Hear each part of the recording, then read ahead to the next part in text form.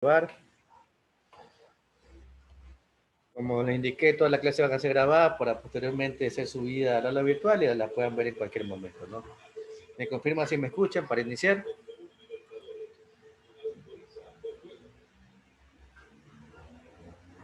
¿Me escuchan?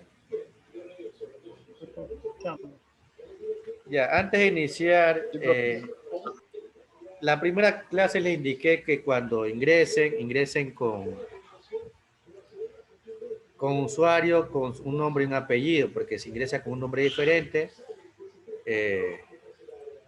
no sabré quién es, ¿sí? Por si acaso, porque ya se cambiaron los nombres de la mayoría. Ok. Entonces voy a iniciar. Bueno, la última clase la semana pasada vimos un poco lo que era lectura de planos. Me quedo pendiente de lo que es normativa, ¿sí?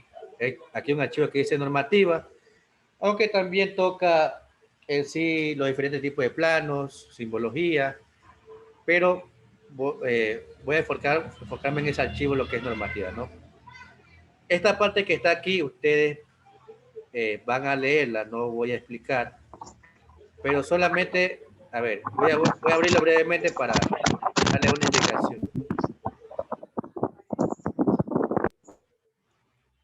¿Sí? Es un archivo bastante extenso y también lo considero bastante interesante. Es de una empresa que se llama Teslamatic, empresa ecuatoriana destinada a capacitaciones pagadas y gratuitas. Pueden buscarlo en internet, en YouTube, en Facebook. Me parece interesante. Por eso he tomado este archivo. Aquí hay actividades, pero voy a indicarle la parte que me compete, ¿no? Y la parte que quiero que lean, ¿no? Por ejemplo, aquí tengo actividades. Actividades, ¿no? Si desean en cualquier momento que estén libres, pueden hacer las actividades, ¿no? Esto que está aquí, normativa, ¿no? Esta parte de aquí necesito que lean. Sí, si se dan cuenta, hay diferentes normativas y hay ciertas indicaciones. Como breve explicación, la normativa aplicable, la mayoría de parte eléctrica del país es la IEC, ¿sí? De la Comisión Eléctrica Internacional, en su sigla en español, o IEC en sus siglas en inglés, ¿no? Pero la normativa va a variar dependiendo del país donde se trabaje, también si son equipos, por ejemplo, o máquinas, tableros, transformadores, motores, va a depender del origen del fabricante. Aquí tengo 4 normativas principales. Tengo la DIN, es normativa americana, la British Standard inglesa, la ANSI, el American National Standard Institute, que es americana, Estados Unidos, y la IS o sea, la Comisión Electrotécnica Internacional, que es la que se utiliza en el país. Ahí está, por ejemplo, indicado los diferentes símbolos, su igualdad o diferencia, ¿no? Entonces solamente quiero que se basen o lean esa parte, aunque, como les digo, es un texto muy importante, donde habla de normativa y también de especificaciones técnicas en los planos, ¿no? Por ejemplo, aquí tengo, ¿no? Tengo simbologías, semejanzas y diferencias en diferentes países. Por ejemplo, de los contactos normalmente abiertos, indican cuál es su simbología, ¿no? En las diferentes normativas, si son iguales o son diferentes, ¿no? Si son iguales o son diferentes. Profesor, y la normativa ecuatoriana, la ecuatoriana está más adaptada a la americana o a cuál de No, o una mezcla de todo. a ver, en el país tenemos una normativa en general, ¿no? En la parte eléctrica solamente tenemos una normativa para lo que es sistema de distribución, que es la MER. Pero en sí, por ejemplo, para instalaciones no existe. Existe la NEC. Pueden buscar NEC en el internet, Normativa Ecuatoriana de Construcción, y no solamente habla de instalaciones, habla de iluminación, pero es tomada de forma general de otras normativas, ¿sí? Muchas veces se basa en la IS, la que acabo de indicar, o en la normativa UNE. ¿Sí? UNE es una normativa española, pero que se basa en una normativa principal, ¿no? Es decir, esta es la principal, estas son las principales, y de aquí se deriva la diferente normativa de los países. La que se utiliza en España y en el Ecuador es esta de aquí, la IS. Esta que está aquí. Como les digo, no existe una normativa específica de la parte eléctrica, solamente la parte de distribución que habla de... ustedes buscan también el MER, MER, y ahí hay un sinnúmero de normativas, pero es para parte de distribución, indicándole, por ejemplo, los tipos de estructura, SPT, CPT, bueno, son varias, los elementos que conforman una estructura, los aisladores de spin, las crucetas, etcétera, pero solamente para parte de distribución. Pero de forma general es la NEC, ¿no? Entonces quiero que se base en esta de aquí, la IEC. ¿Sí? La IEC es importante conocerla, ¿no? Porque es la aplicable normalmente en los tipos de trabajo industrial. Entonces, ¿por qué le digo que lean esa parte de ahí? Porque, como yo le indiqué anteriormente, terminado cada temática como no es una materia en sí evaluada, ¿no? Solamente hay que tomar en cuenta la ponderación de la asistencia, pero sí es necesario conocer, no solamente para mí, sino principalmente para ustedes, qué es entendido el tema, ¿no? Porque muchas veces tenemos mucho tiempo de que salimos y ciertas cosas, si no la tenemos en práctica o no estamos trabajando en el campo, se nos puede olvidar. Entonces, es necesario lo que se conoce como refrescar conocimiento. Entonces, cada vez que finalice un tema, colocaré una actividad y eso es lo que he hecho. Aquí está la actividad, un cuestionario, no un test. Cuestionario, planos, normas y simbología. Yo ya he hablado con ustedes lo que es planos y simbología. Falta la cuestión de normativa que está en el archivo que acabo de mencionar, ¿no? Entonces, en base a esto, está habilitado un cuestionario, como le digo. Al finalizar el mismo, le saldrá una nota, ¿no? Pero en sí es básicamente para que usted pueda comparar lo entendido, ¿no? ¿Sí? Este cuestionario ustedes lo van a hacer en la segunda hora. Hoy día solamente vamos a ver la primera hora, es decir, la primera conferencia de Zoom que dura 40 minutos. El tiempo faltante, quiero que ustedes se dediquen a leer la parte que le acabo de indicar de la normativa, ¿no? En este caso de las diferentes normativas, específicamente la IEC, porque hay preguntas en base a eso. Y el cuestionario va a estar habilitado a partir de las 7:30, ¿sí? Va a estar habilitado de 19:30 a 20:30, ¿sí? El día de hoy. El tiempo de duración, el tiempo que tiene que para contestar solamente son 15 minutos. Dentro de ese lapso del tiempo, de intervalo, de 7:30 a 8:30, pueden hacerlo, pero solamente pueden contestarlo en 15 minutos, solamente es un intento, y al finalizar le indicará enseguida la nota, ¿no? Como indico, solamente es para saber ustedes qué es entendido, ¿no? Ya al finalizar, a mí me envía un informe final y sé en qué preguntas ustedes fallaron y puede ser que en la siguiente clase hablemos sobre el mismo. ¿Qué no entendió o qué le faltó para tener una mejor puntuación en la prueba? Entonces, de esta forma serán, trataré de evaluarlo, ¿no? De esta forma, con tipos cuestionarios. Entonces, veremos ahorita hasta las 6:40 y a partir de ese tiempo para que lean en la normativa, bueno, el archivo, porque no es normativa, yo le coloqué normativa, pero no es normativa, el archivo, y contesten el cuestionario a las 7:30. ¿Está entendido esa parte? Sí, sí, le entendí, sí, profe. Ok, entonces vamos a iniciar con la clase, aprovechemos el tiempo, ¿no? Y si no culminamos hoy, Inge, ¿puede dígame, mandar el link para ingresar al aula virtual, por favor? el link, si ya está conectado, ¿por qué necesita el link? Ah, para el aula virtual, ¿no está matriculado usted? ¿Quién me habló? Sí, yo estoy matriculado. En el aula virtual, digo. Solo quiero el link Ya, para la... Sí, ya estoy matriculado. ya le enviaron al grupo, Nante. Un compañero suyo envió Nante al Ah, ya grupo. listo. Ahí está, solamente ingresan, ahí, y ahí está. A las 7:30 va a estar habilitado, entonces para que hagan esa parte ahí, ¿no? Sí. Entonces, intenten hacer la conciencia. Como no es, o sea, no tiene una calificación, eh, ya depende de ustedes que lo hagan con apoyo o sin apoyo, ¿no? Intenten hacerlo solo, sin ayuda de nadie y sin necesidad de apoyarse en el Internet. ¿Sí? Entonces, vamos a iniciar. Hoy tengo preparado en la clase de mañana lo que son conductores. Es un tema muy importante, ¿no?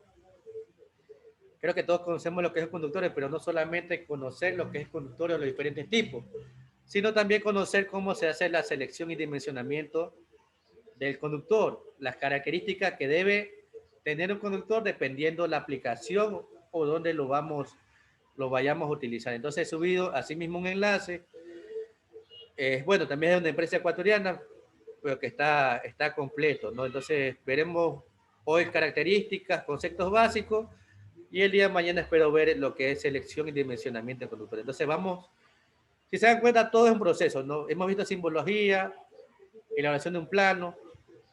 Hoy la siguiente clase veremos selección de conductores. La siguiente semana, cuadro de carga.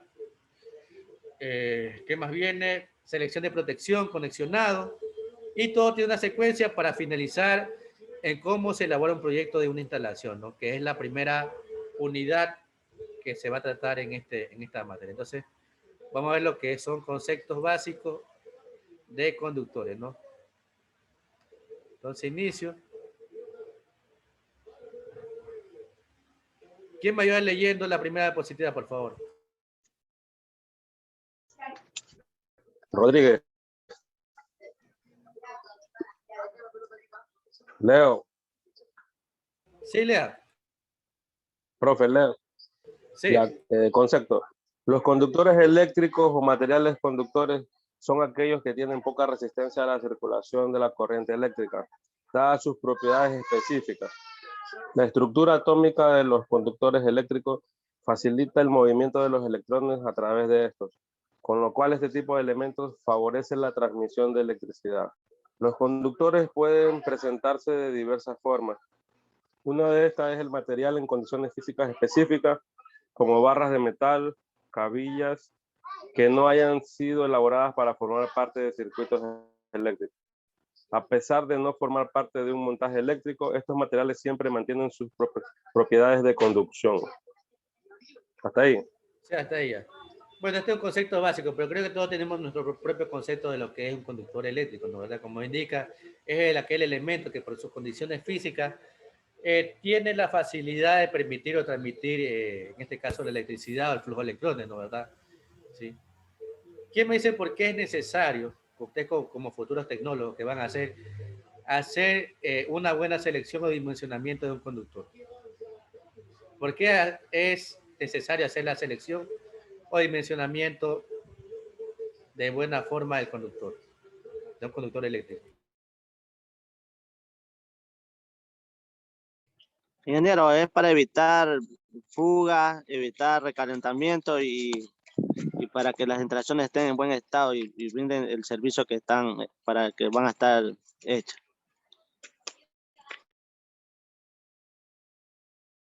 ¿Para qué más importante es necesario hacer la selección y dimensionamiento del conductor? Para que no haya cortos tampoco. ¿Cómo puede haber corta? A ver, si no selecciona bien o dimensiona bien el conductor. Profesor, el ingeniero, uno de los cortes puede ser cuando ponen un cable que no es el adecuado, por lo que nos ponen, yo he visto que han puesto cables 16 y ponen al menos gemelo conectan por una nevera y ese cable se recalienta y el revestimiento comienza a derretirse y produce el cortocircuito. Porque la mayoría de las conexiones que yo he ido a revisar a esa estación de siempre, yo he visto esa falla que ponen cable de menos densidad a lo que debería ser, y todo está conectado contra todo, no hay un desfasamiento por área, sino que todo va conectado a todo. Entonces, cuando prenden la nevera, arranca el motor, se baja la luz. Cuando prenden la licuadora, se baja la luz. Entonces, todo eso produce pérdida y recalentamiento y cortocircuito. Y a la vez genera también mucha, consume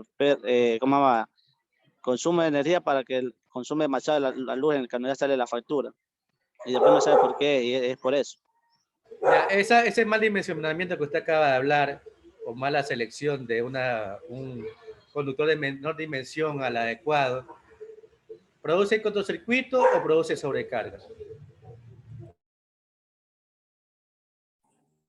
Sobrecarga. Pero esas son las dos cosas, sobrecarga y el cortocircuito.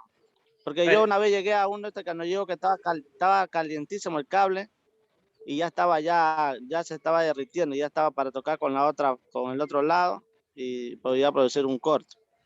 Porque se chamuscan, los dos cauchos, los que oscilan los dos conductores, se chamuscan. Pero eso es cortocircuito. Eso es cortocircuito. Claro. No, a ver, sobrecalentamiento. La sobrecarga es porque al momento que el aparato está consumiendo, el cable no adecuado y comienza a recalentar y entonces comienza a jalar mucho amperaje. Entonces ahí hay un consumo excesivo. Sí, pero hay que definir dos conceptos diferentes. Una cosa es cortocircuito, otra cosa es sobrecarga o sobrecalentamiento. Cortocircuito Dije, es pero cuando... también, claro, pero dígame. puede ser cortocircuito porque también se puede, o sea, quemar lo que es el artículo, pues, o sea, lo que es el aparato.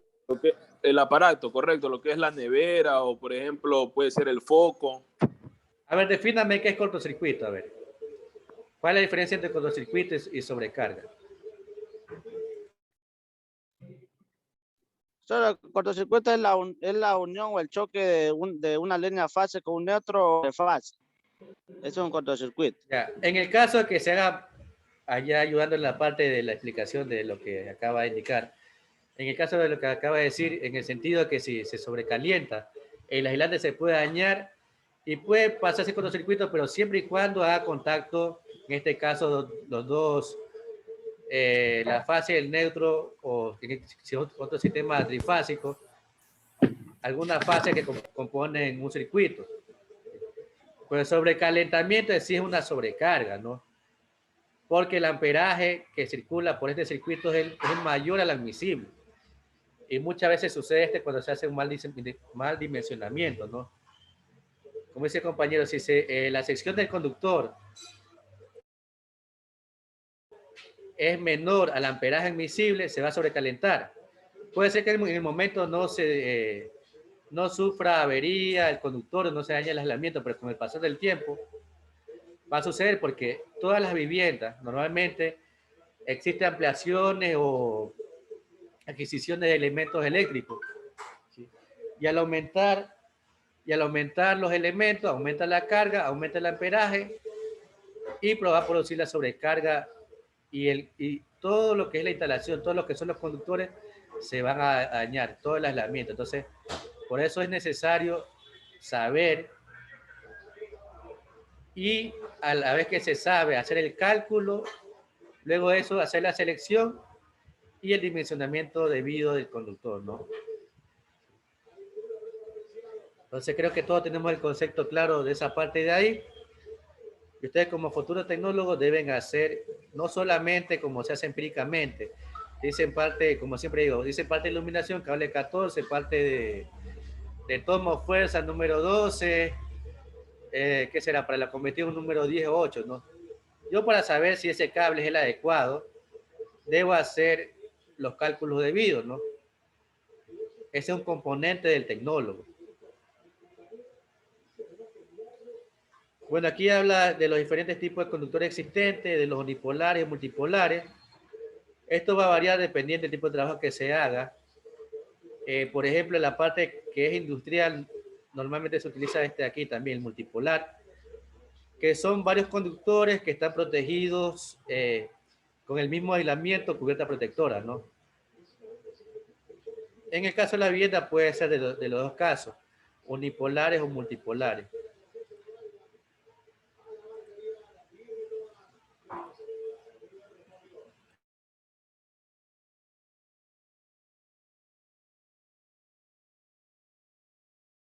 Aquí hace una diferenciación, por ejemplo, ¿no? Lo que se conoce vulgarmente como cable y lo que se conoce como alambre. Son dos criterios diferentes, ¿sí? Los dos están compuestos por conductores, ¿no? Como pueden observar aquí. Pero la diferencia entre ambos es que el alambre está compuesto solamente por un hilo conductor y el cable está compuesto por más de un hilo conductor. Puede estar compuesto por 7, por 14, por 21. Depende de lo que se quiera hacer. Entonces, cuando ustedes escuchen cable, significa que internamente tiene varios hilos conductores, y cuando escuchen alambre, está compuesto por solamente un hilo conductor.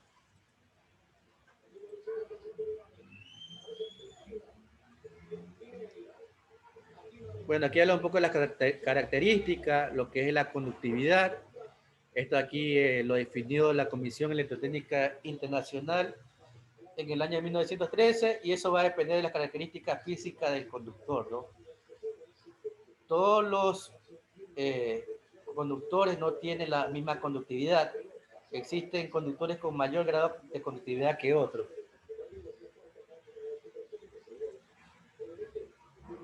Aquí también un concepto clave que es la maleabilidad, que es la capacidad que tiene el conductor de deformarse, es la capacidad elástica, pero sin sufrir ningún daño, ¿no? Entonces, de la misma forma, dependiendo, por ejemplo, la cantidad de hilos, existen conductores más maleables que otros. La capa aislante, que es la protección del alma conductora. Y aquí habla de algunas categorías. ¿Qué me ayuda leyendo, por favor? La primera categoría, conductores metálicos.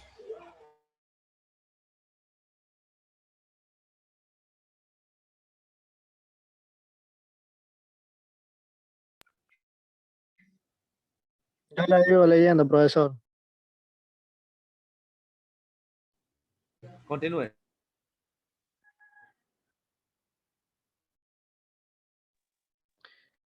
Los conductores metálicos deben su alta conductividad a las nubes de electrones libres que favorecen la circulación de corriente eléctrica a través de estos. Los, los metales ceden los electrones ubicados en la última órbita de sus átomos sin invertir mayores cantidades de energía, lo cual hace propicio. Suelo un poquito, profe, no veo. Hace propicio el salto de electrones de un átomo a otro.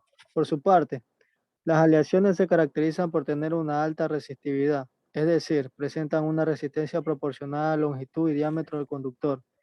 Las aleaciones más empleadas en instalaciones eléctricas son el latón, una aleación de cobre y zinc; la hojalata, una aleación de hierro y estaño; aleaciones de cobre y níquel, y aleaciones de cromo y níquel.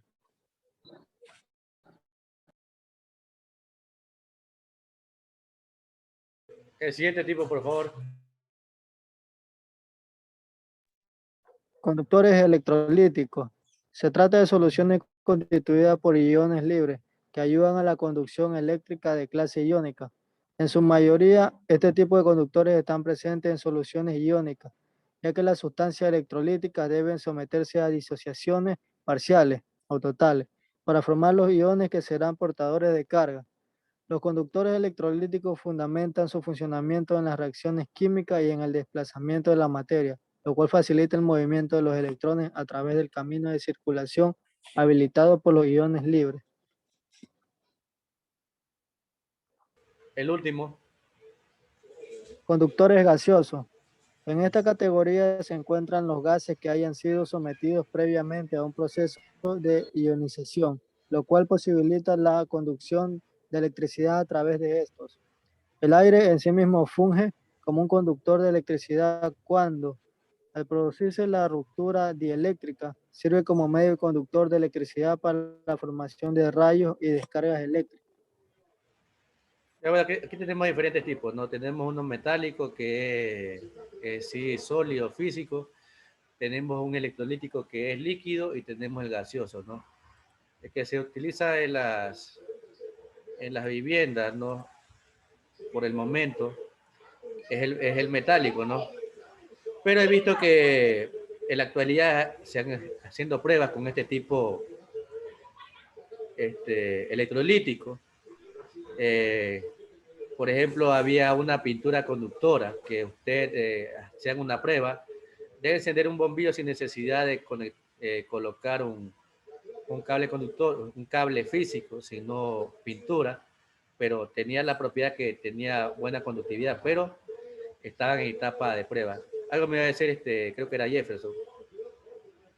Sí, ingeniero, buenas tardes. Sí, justamente con respecto a este tipo de conductores electrolíticos, sí, le iba a preguntar, sí, en qué aspectos pues se lo utilizaba, en qué campos. Sí, estos de aquí no son muy utilizados, los gaseosos electrolíticos. Estos aquí son etapas de prueba todavía. Como le digo, Muy bien. lo que yo he visto son estos de aquí. Bueno, solamente en videos de aquí. Electrolítico. Es una pintura que es conductiva, pero solamente está en etapa de prueba. Ya con el tiempo, esperemos que pueda avanzar este proceso porque va a servir la cantidad de material que se utiliza y facilidad para conectar elementos. Pero todavía están en etapas de prueba. Y antes de... Gracias, profe. Gracias. Bueno, aquí tenemos la parte de lo que son los conductores. Tenemos tres partes principales, que lo que son el alma conductora, que es en sí la parte que permite la conductividad, ¿no? ¿Sí? La parte naranja que se conoce. La parte del aislante, que es la parte que antecede al alma conductora, y la cubierta protectora que protege en sí de daños mecánicos al conductor, ¿no? Estas partes de aquí, el aislante y la cubierta protectora, tienen que estar en buenas condiciones, ¿sí? Porque si existe una fisura, ¿qué puede pasar si existe una fisura en el aislante del conductor? Un corto o alguien se puede electrocutar, un accidente. Ok, ¿qué más puede pasar?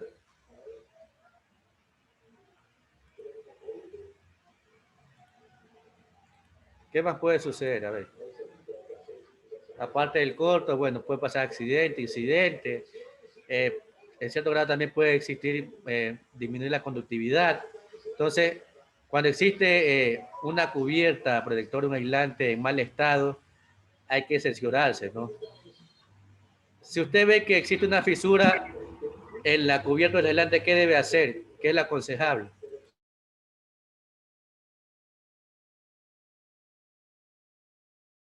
Cambiar, ¿no? Eso yo he visto que Cortar y volver a amarrar otra vez. la mayoría de las personas lo que le hacen es ponerle un parche de cinta, pero lo recomendable es cortar ese tramo y dejarlo en el tramo que esté normalmente bueno. Claro, existen dos opciones, ¿no? Hacer el corte y trabajar con la parte que está en buen estado, y segunda, colocarle una cinta aislante. Pero eso va a depender de la condición que esté ya el conductor. Por ejemplo, si el conductor ya está conectado, es decir, pasado por canalizaciones muy complicados, y si no existen el sobrante necesario para hacer el corte, es muy complicado sacarlo y luego hacer el corte e ingresarlo de nuevo. Entonces, de preferencia, colocarle cinta aislante que esté bien cubierta para evitar que exista un mal contacto con diferentes, puede ser con la parte humana o con una parte metálica, un cajetín metálico, ¿no? Entonces, hay que verificar. En la parte industrial también se hace este tipo de trabajo, cuando se hacen conexionados de conductores pero que son de mayores dimensiones, ¿no? De mayor sección, y caen antes justamente de esta parte. Por ejemplo, conectaba un transformador en un lado y un tablero al otro lado, ¿no? O un motor, ¿sí? Una máquina y un tablero. Cuando existe una fisura o antes de hacer las pruebas de funcionamiento, lo que se hace es hacer una inspección general, ¿no? En todas las partes del conductor, y luego como ese compañero, se hace una pequeña parche, un aislante se coloca, cinta aislante, para evitar que pueda pasar algún problema más adelante. Entonces, eso es lo aconsejable que deben hacer, ¿no?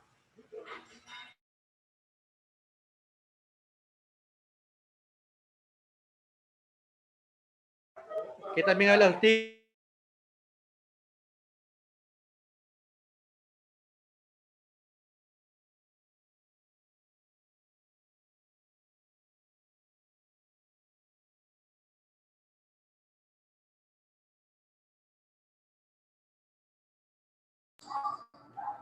Disculpe, aquí hay indicado también que decía los tipos, ¿no? ¿Verdad?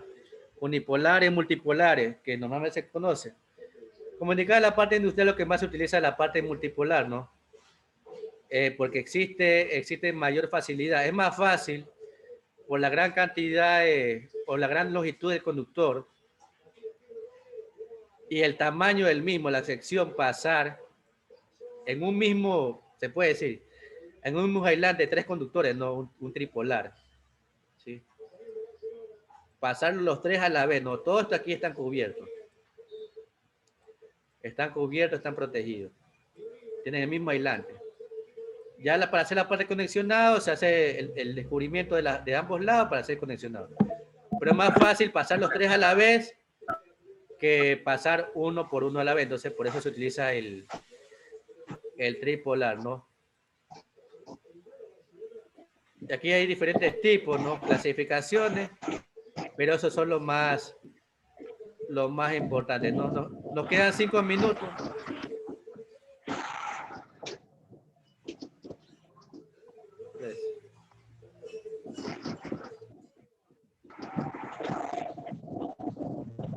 Apaguen el micrófono, que no sé.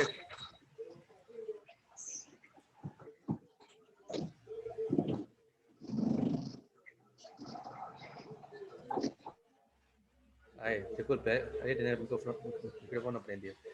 Como indicaba, esos son los más importantes, aunque aquí tengo una subclasificación, ¿no? Que eso veremos el día de mañana. Y también veremos una parte importante que creo que cuando ustedes vieron clase conmigo les indicaba lo que son las características técnicas, no solamente del conductor, sino también del aislante que están indicadas en la parte externa. Creo que a los que vieron conmigo sí les indiqué esta parte que es importante conocer. Si se han olvidado, el día de mañana hablaremos sobre ese tema y también hablaremos sobre ya la parte del cálculo y normativa de conductores, ¿no? Entonces, el tiempo se va a acabar. No sé si te hiciste una pregunta antes que se acabe el tiempo. Sí, profe, permítame. Sí, con respecto a lo del cuestionario. Sí, eso es lo que nos... el cuestionario es acerca de lo que acabamos de ver ahorita, ¿no? No. A ver, para que ingresaron de ahora a lo último. Sí, yo sí ingresé último. El cuestionario está en base a la última clase dada sobre planos y simbología. Y también existe un archivo subido que dice normativa. Esa parte el archivo que dice normativa solamente lea la parte que habla de normativa de la DIN, la ANSI, la British Standard y la IEC. Solamente enfóquense en esa parte porque hay preguntas de eso. Lean lo que falta del tiempo y a las 7:30 está habilitado el cuestionario, va a estar habilitado de 7:30 hasta las 8 y va a tener 15 minutos para contestar y solamente un intento. Como indicaba, como esta es una materia solamente ponderada a la parte de asistencia, háganlo a conciencia. No busquen apoyo, no, háganlo sin necesidad de ayuda para que usted sepa en qué parte todavía le falta aprender un poquito más. Y también yo, en el informe que descargue, sepa en qué pregunta existen falencias para también así en la siguiente clase hablar. Entonces era eso. No sé si alguien tiene una pregunta, tenemos 2 minutos. Si no, queda abierto el cuestionario a las 7:30 y nos vemos el día de mañana a la misma hora, a las 6 p.m. con más sobre la materia. Profe, disculpe la molestia, yo también no escuché esa parte, yo entré un poco último, entonces no sé muy bien de lo que se está hablando. Hay un cuestionario habilitado en el aula virtual que va a estar habilitado de 7:30 a 8 de la noche. Tienen un tiempo de contestar de 15 minutos y un solo intento. Y es en base a las clases pasadas que hemos visto de plano, simbología, diagrama y de un archivo que está subido que dice normativa. Lean la parte normativa solamente que habla de los diferentes tipos de normativa, que hay preguntas sobre eso, ¿no? Sí, entonces, es eso y nos vemos el día de mañana con todo. Claro. De la profe. Hasta mañana, profe. Listo, profe. Hasta mañana con todo. Listo, hasta mañana. Barcelona campeón.